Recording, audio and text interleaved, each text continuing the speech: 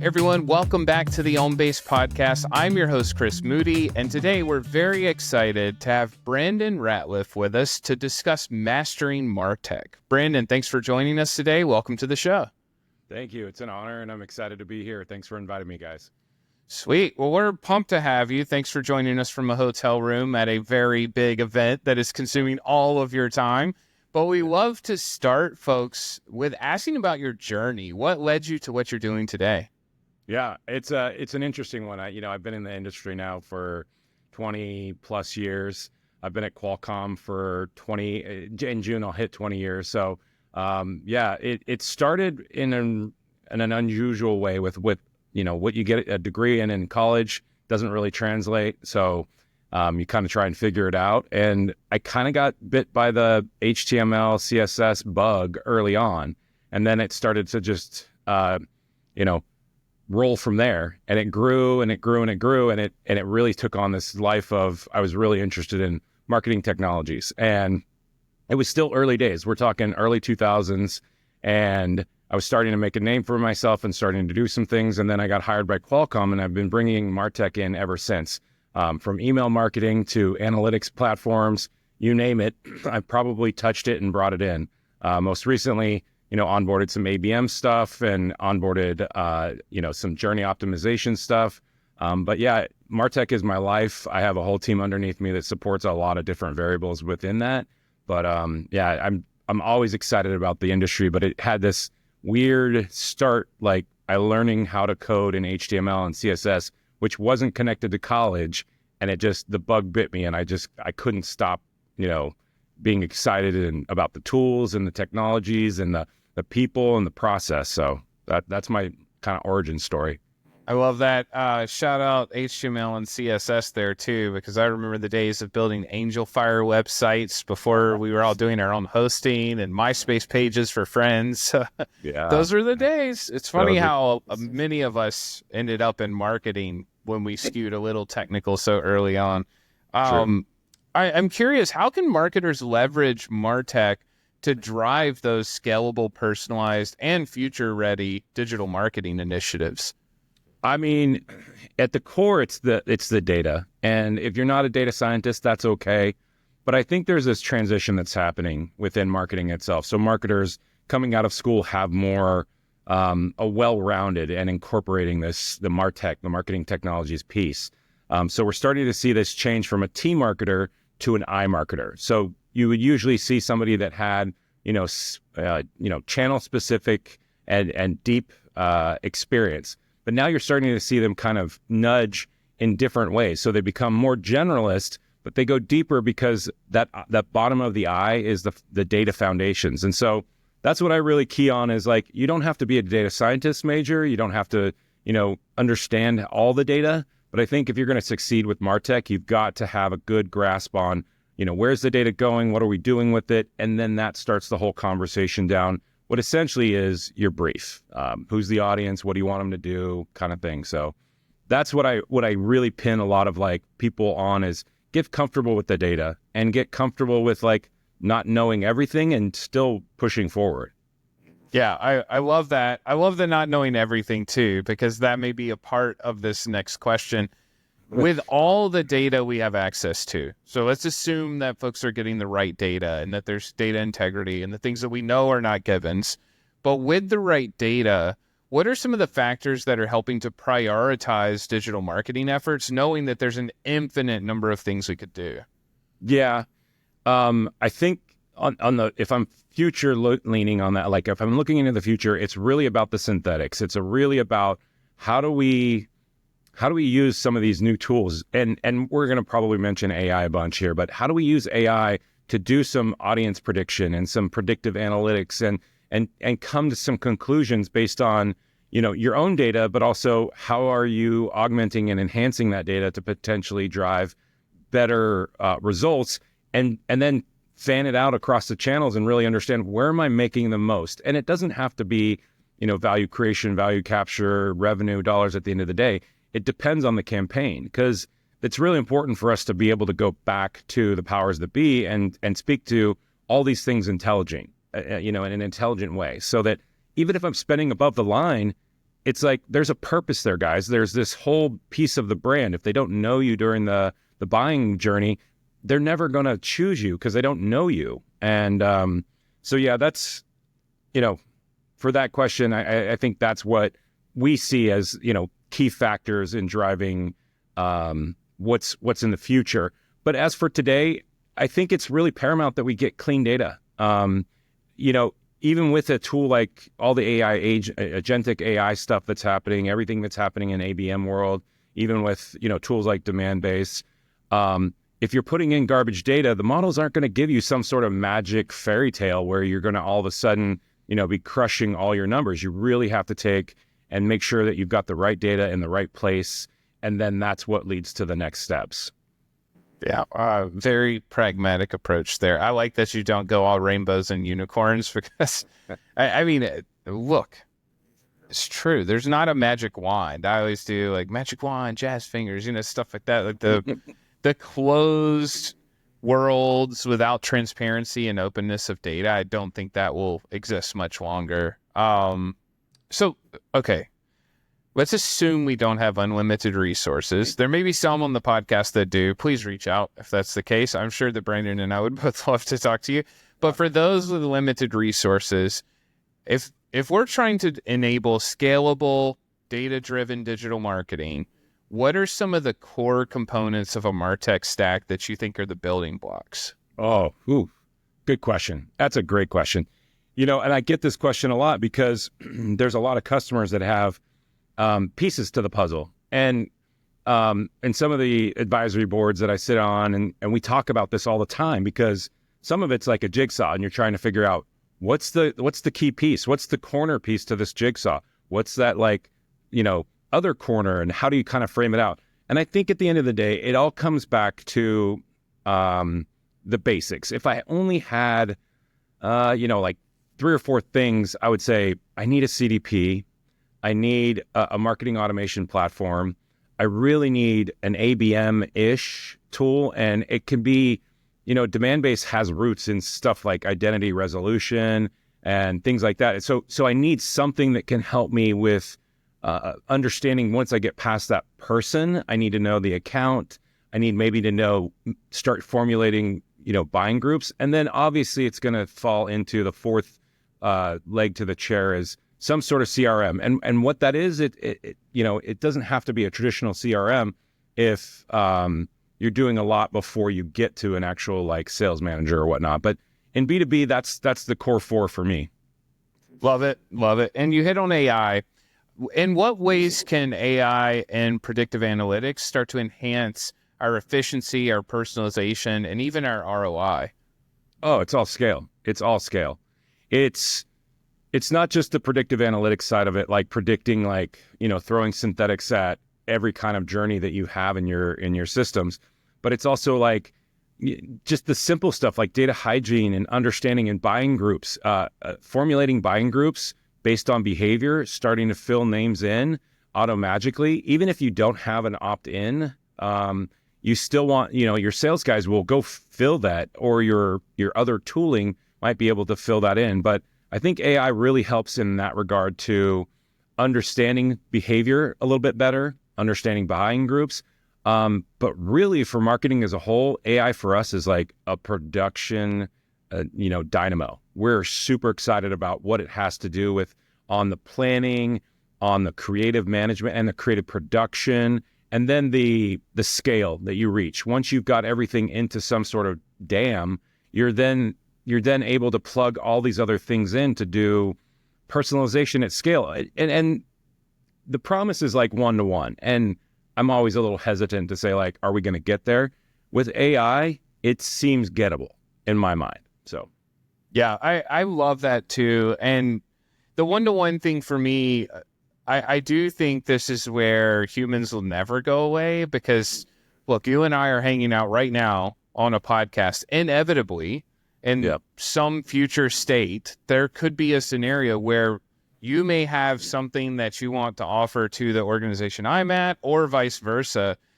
Look, it's amazing when we can get to full scale with all the tools and technology, but then there is that connection to use those recommendations to say, hey, we also think you should start by having Chris and Brandon talk versus just, hey, let's write you this killer email. So that's the piece that I do think doesn't come up on LinkedIn as much because it's not as sexy or shiny. I don't know if you agree with that, disagree. 100% agree. I couldn't agree more. I've gone down this rabbit hole. Obviously, I work at Qualcomm. We're really interested in tech, modems and Wi-Fi and Bluetooth and across a bunch of different industries, from compute laptops to cars and vehicles and two-wheeler, EV bikes and whatnot. We're putting our stuff in wherever we can put it to make things smarter. But I still, in my heart of hearts, in my personal opinion, I believe that humanity is built on relationships between humans. And this stuff that we have is just to try and potentially speed that up and help it in a way that makes it more contextual, so that we're not sitting around a table talking about our jobs. We're sitting around talking about maybe our affinities and our interests and the overlaps, and that's what really makes this thing, the world spin around and do good things, is that maybe we can bring more data to improve. Because even though, here's the thing, here's my weird opinion on this, is that AI is going to drive efficiency in our lives, and especially our work lives. But I think it also opens up us to get away from so digital-centric types of interactions, that we're going to come back to a humanity that's more informed and more aware, but also more forgiving and less polarized, and more of, hey, we're all human. We can all get along. We can, set this stuff down and really focus on doing stuff like this. Like you said, you and I are on a podcast, and there might be a time later down the line where we meet in person and we talk about something different than this. It might be a partnership from my side to you, or it might just be something completely different. And that's what the beauty of, life is those types of moments. Yeah, I totally agree. It's always fun when the world starts to get small. That's always the thing for me. When I see the color code on my calendar for podcasts, I'm like, all right, time to be on. But no matter the drain in your day, when you have to be on, you're building your network, you're meeting new people. So yeah, 10 out of 10, agree with that. For the marketing teams who are trying to future-proof their skills and think ahead, I know that things are developing at a breakneck pace. I mean, I feel like every day, every year we say faster than ever, right? Or it's always going to be faster than ever. But what are some of the strategies you would impart to folks to future-proof their skills and make sure that they're keeping up with marketing innovation? I think it's just keep a pulse on things. Do your own kind of and I'm a big fan of even on my own team, from my VP down, we're big on personal development and career development. And in the personal side, it's hey, some of the stuff is coming at you really fast. Please take a pause, take a moment, and then go learn things like prompt engineering. I'm pushing on my team hey, get to know this stuff. Because at Qualcomm, we've been doing AI for years. We used to just call it machine learning and natural language processing, but we've been doing it for 10, 12, 15 years, and it's part of our DNA. I mean, we are going to power the edge computing devices that are going to be, using these AI models.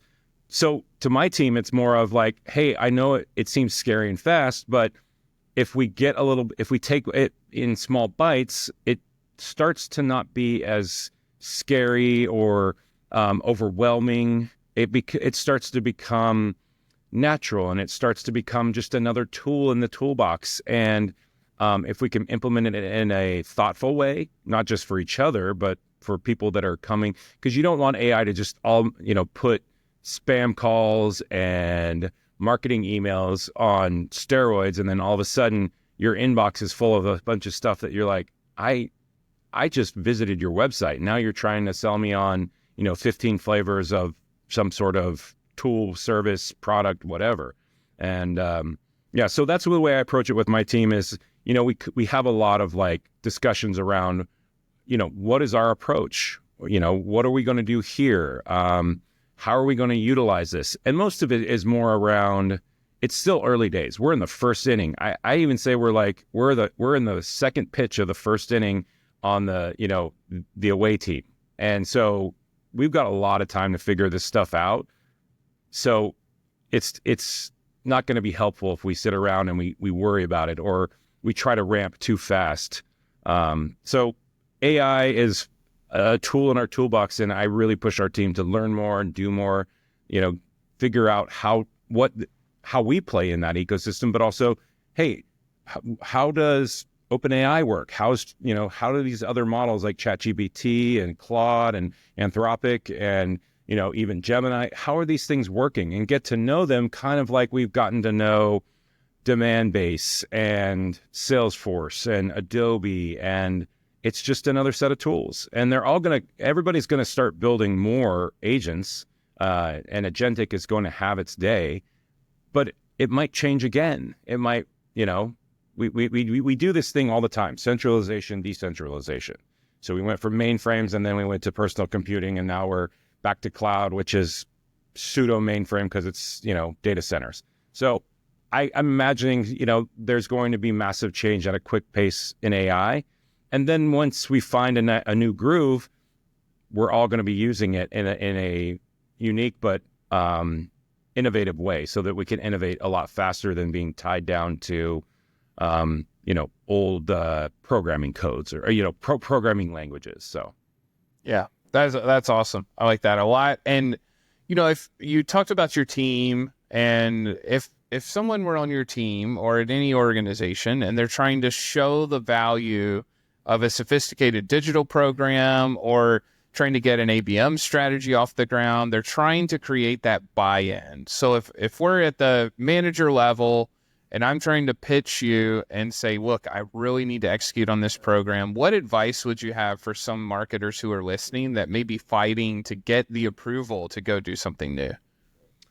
I think from a leader perspective, my position is always like, from leadership, we should be really pushing people to experiment, because at the end of the day, if I'm blocking somebody from actually taking action, that's a problem. I would rather us fail and fail fast and then quickly pivot and take the learnings off of that to improve. That's the whole promise of personalization. And if we can scale personalization, if we can scale ABM, if we can scale account scoring, and we can then, matrix it off of interest for products, we're in a whole different world. And that's when, you're starting to train up your marketers to be more of that I, not the T frame of a marketer, but the I that's using that data.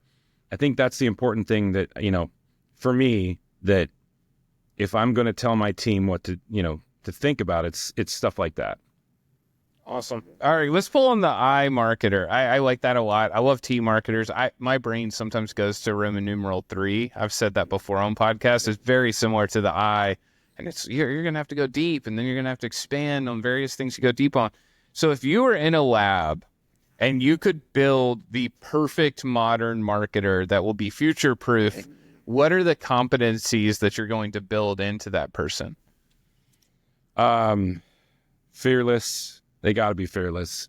I would say pragmatic, but with a touch of creativity.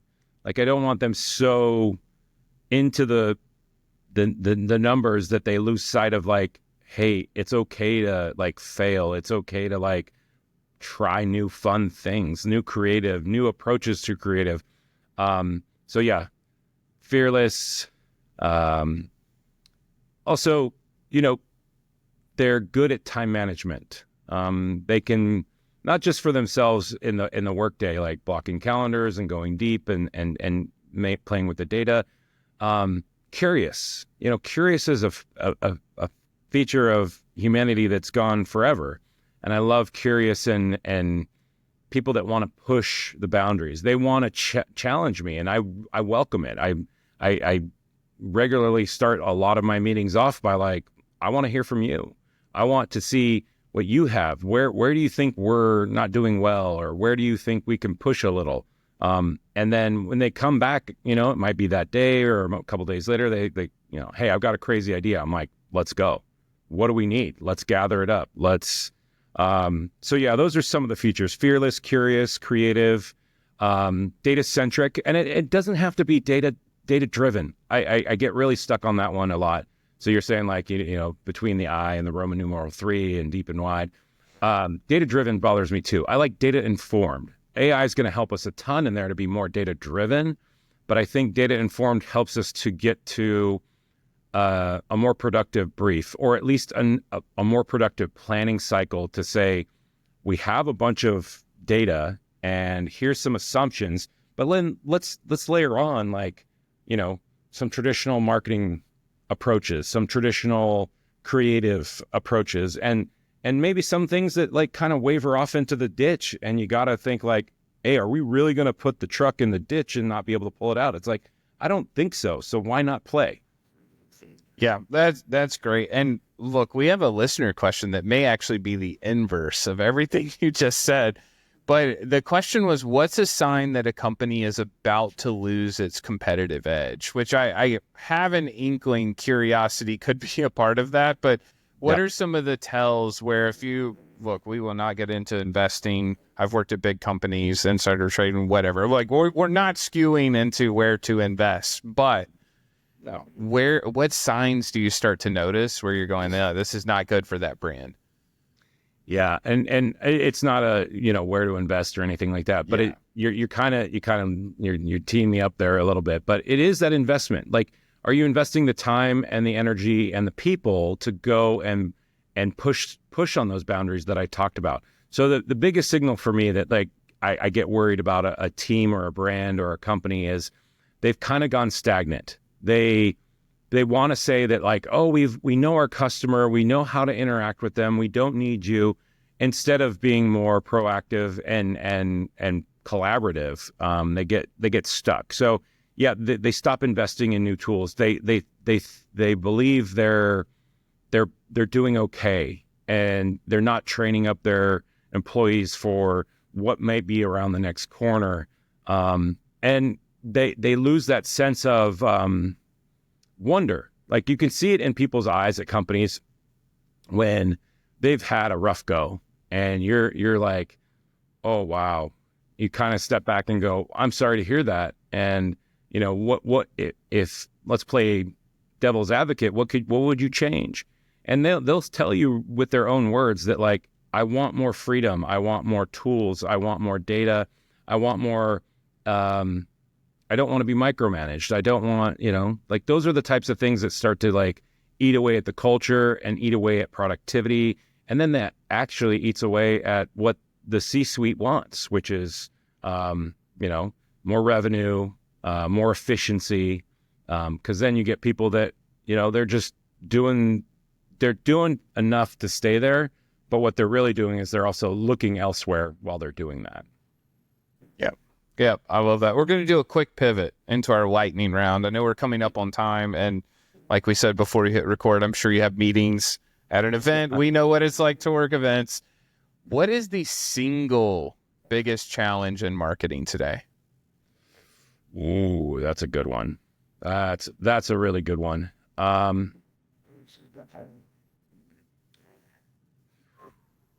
Change. So hard.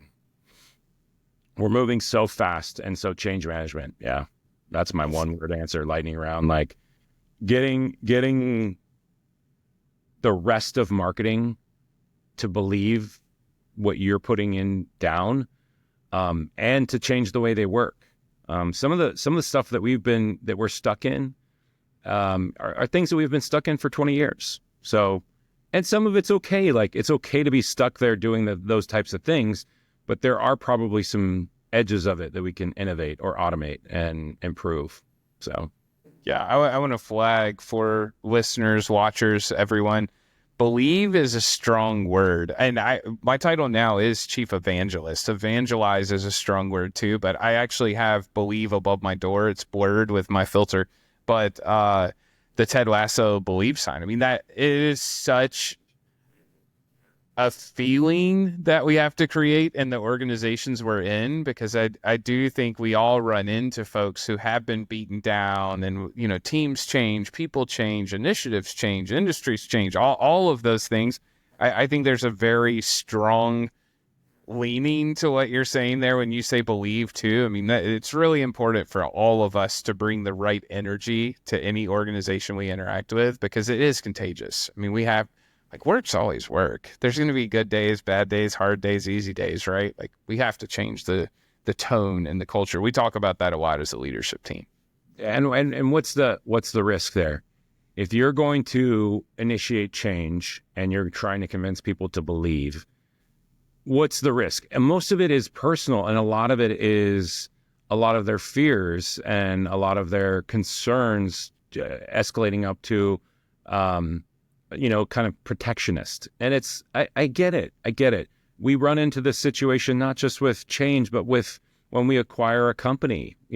People don't want to be, cut loose, and they want to feel that their contributions are contributing to the overall good. And 9 times out of 10 they are. And it's tough. It's tough to navigate, but at the same time, like you said, it's believe. And we have to create a culture where we can challenge change, but we can also all agree that, like, hey, let's just take one step forward and let's see if this thing falls, we fall through the basement or we take off to the moon.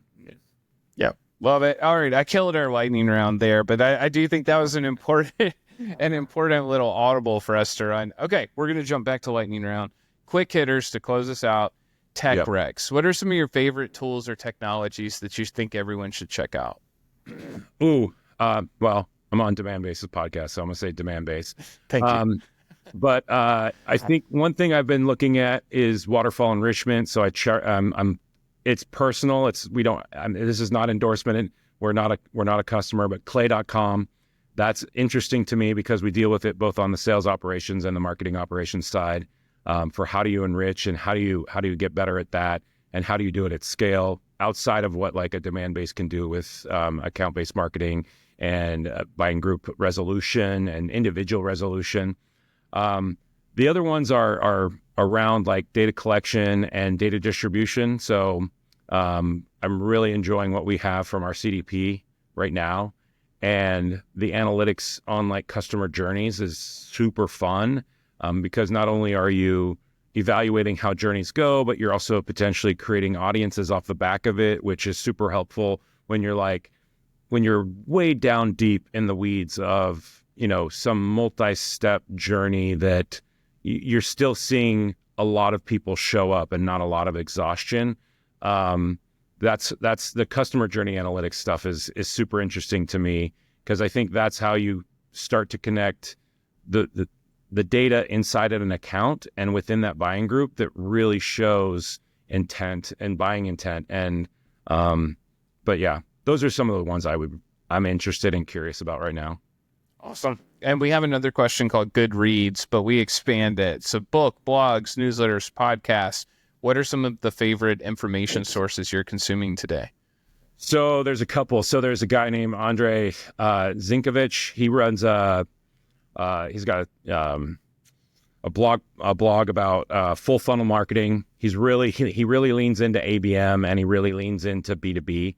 Obviously we sit in B2B. Obviously we've got some ABM tools, and we've had ABM running for a couple years now. He's one of my recommends. So full funnel, I think he's got a Substack. The other one's Daryl Alfonso. He runs a marketing operations leader blog. Great guy. He's on the speaking circuit for a lot of the things that we do. And then outside of my own team, I would also say lean into some folks like Jessica Cow.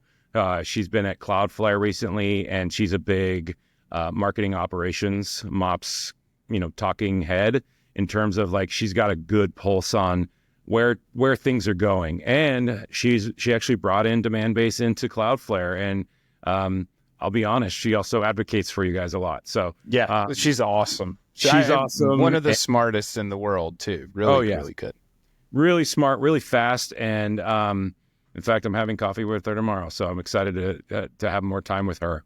Sweet. Tell her I said hello. So, and well played. You answered reads and people at the same time. So that was awesome. You gained us the ground where we double clicked on biggest challenge. And then the most important question of all, how can everyone get in touch with you after this episode? Best way is LinkedIn. There's only one Brandon Ratliff that works at Qualcomm, so you can find me there. And yeah, I'm pretty good on responding to people and connecting. I think you and I, Chris, actually connected on LinkedIn yesterday or the day before, even though we've been rolling thunder up to this. So yeah, That's LinkedIn, right. Brandon Ratliff, Qualcomm. I've been there a long time, and just that's the best way. Awesome. Well, thank you so much. You crushed it. Thank you, Chris.